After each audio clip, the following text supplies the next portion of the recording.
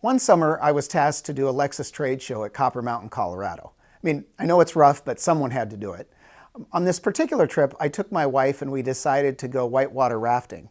I'd experienced canoeing in rivers, but had never done rafting. So we did a Class 4 intermediate level trip. The outfitters got us all set up with wetsuits, helmets, and life vests, and then went over what we were supposed to do and then loaded us in the van to go to the river. When we got to the river and are asked where we wanted to sit, the adventurer part of me wanted to sit in the front.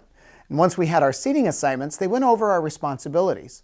The two people who sat in the front were tasked with using their paddles to maneuver the raft down the river before the rapids. Once we reached the rapids, our job was to keep the raft straight. We took our assignments with confidence that any ignorant newcomer would do.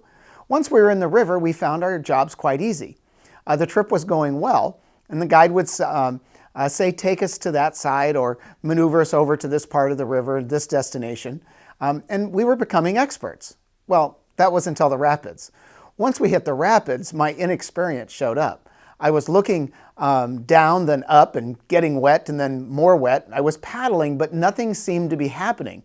I heard the guy from the back of the raft yell at us to keep the raft straight. I'm thinking, that's easy for you to say. Your mouth's not full of water every time you breathe in. I had no idea how to use this little paddle in my hand during the rapids. Now I say all that because James says we can make a large horse go wherever we want by the means of a small bit in its mouth. And a small rudder makes a huge ship turn wherever the pilot chooses to go, even though the winds are strong. In the same way, the tongue is a small thing that makes grand speeches.